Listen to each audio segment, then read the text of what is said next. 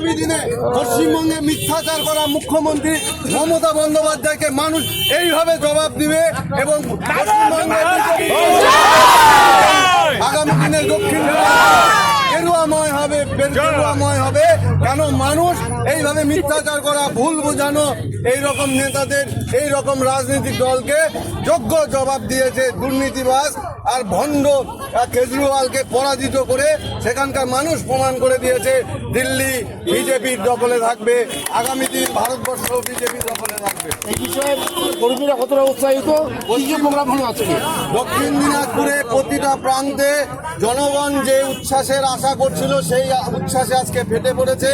এখানকার মানুষ যেভাবে পশ্চিমবঙ্গের সরকারের দ্বারা যে অত্যাচারিত হতো, বারবার মুখ্যমন্ত্রী মমতা বন্দ্যোপাধ্যায় কেজরিওয়ালের কথা বলতেন যে দিল্লিতে কেজরিওয়াল সরকার থাকবে যতক্ষণ বিজেপি ভারতবর্ষে পশ্চিমবঙ্গে কিছু করতে পারবে না। আজকে কেজরিওয়ালের পতন হয়েছে, আগামী দিনে মমতা বন্দ্যোপাধ্যায়ের পতন দক্ষিণ দিনাজপুরে, পশ্চিমবঙ্গে কোনায় কোনায় দক্ষিণ দিনাজপুর